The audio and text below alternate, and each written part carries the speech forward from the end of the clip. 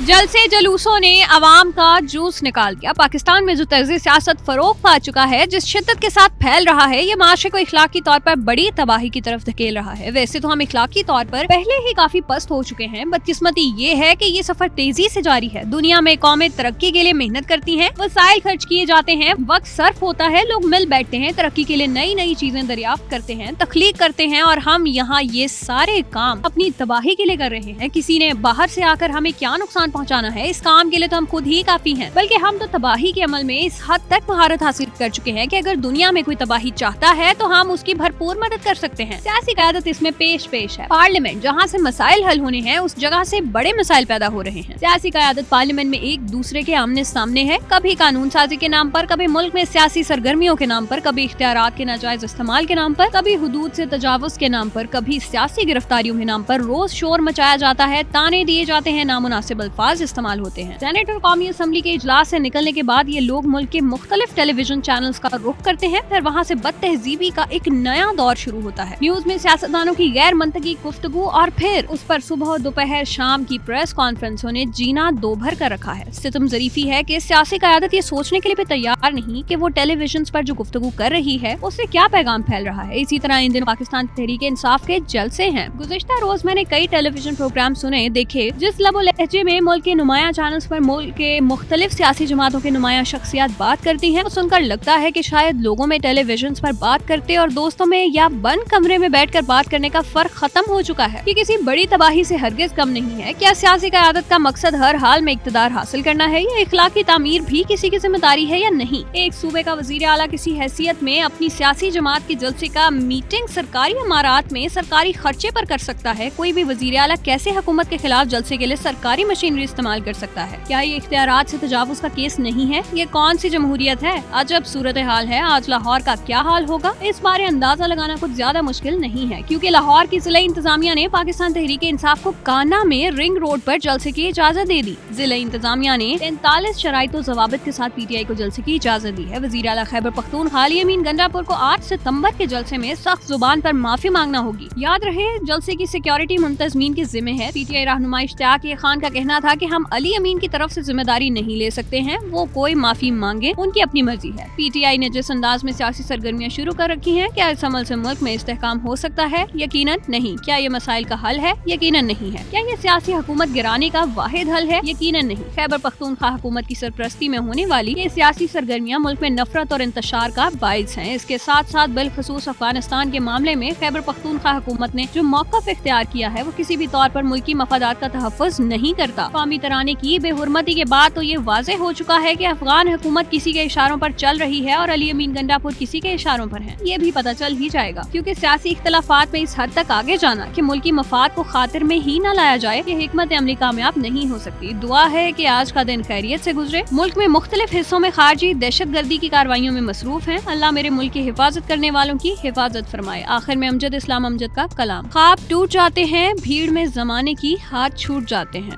दोस्तदार लहजों में सिलवटें सी पड़ती हैं, एक जरा सी रंजिश से शक की जर टहनी पर फूल बदगुमानी के इस तरह से खिलते हैं। जिंदगी से प्यारे भी अजनबी से लगते हैं, गैर बन के मिलते हैं, उम्र भर की चाहत को आसरा नहीं मिलता, दश्ते बेयकीनी में रास्ता नहीं मिलता। खामोशी के वक्फों में बात टूट जाती है और सिरा नहीं मिलता, माजरत के लफ्जों को रोशनी नहीं मिलती, लज्जते पजीराई फिर कभी नहीं मिलती, फूल रंग वादों की मंजिलें सुकड़ती हैं, राह मुड़ने लगती है बेरुखी के गारे से, बेदिली की मिट्टी से, फासले की ईंटों से ईंट जुड़ने लगती है, खाक उड़ने लगती है, ख्वाब टूट जाते हैं वहमों के साए से, उम्र भर की मेहनत को पल में लूट जाते हैं, एक जरा सी रंजिश से साथ टूट जाते हैं, भीड़ में जमाने की हाथ छूट जाते हैं।